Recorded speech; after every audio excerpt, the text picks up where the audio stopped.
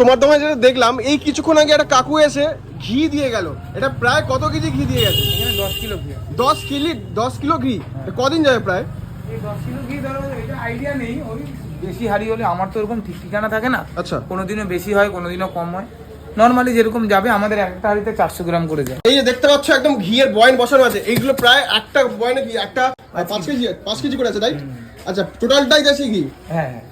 আচ্ছা, মোটামুটি একটা হাঁড়িতে কত কেজি ঘি যায়? 300-400। 300-400? এর থেকে বেশি আমরা দিতে পারি না দাদা, আচ্ছা, আমাদের আচ্ছা। ইচ্ছা থাকলেও আমরা পারি না, সোজাসুজি কথা। কারণ 80 টাকায় দিই তো, যতটা পারি দেওয়ার চেষ্টা করি, কিন্তু তারপরে হলে আর হয় না। দেখতে পাচ্ছ দাদার হাতে কিন্তু একদম সানরাইজের, এটা কি? এটা লঙ্কার গুঁড়ি। লঙ্কার গুঁড়ো। আর কি এসছে আজকে তোমার দেখাও একটু। এটা এই বিরিয়ানিতে গ্রেভিতে দেওয়ার জন্য এই যে আমরা এই জিনিসটা ইউজ করি। দেখতে পাচ্ছ আমুল গোল্ড। ও হো হো, দেখে নাও জাস্ট আমুল গোল্ড। পেটি কাটছে তোমরা দেখে নাও জাস্ট আমুল গোল্ড।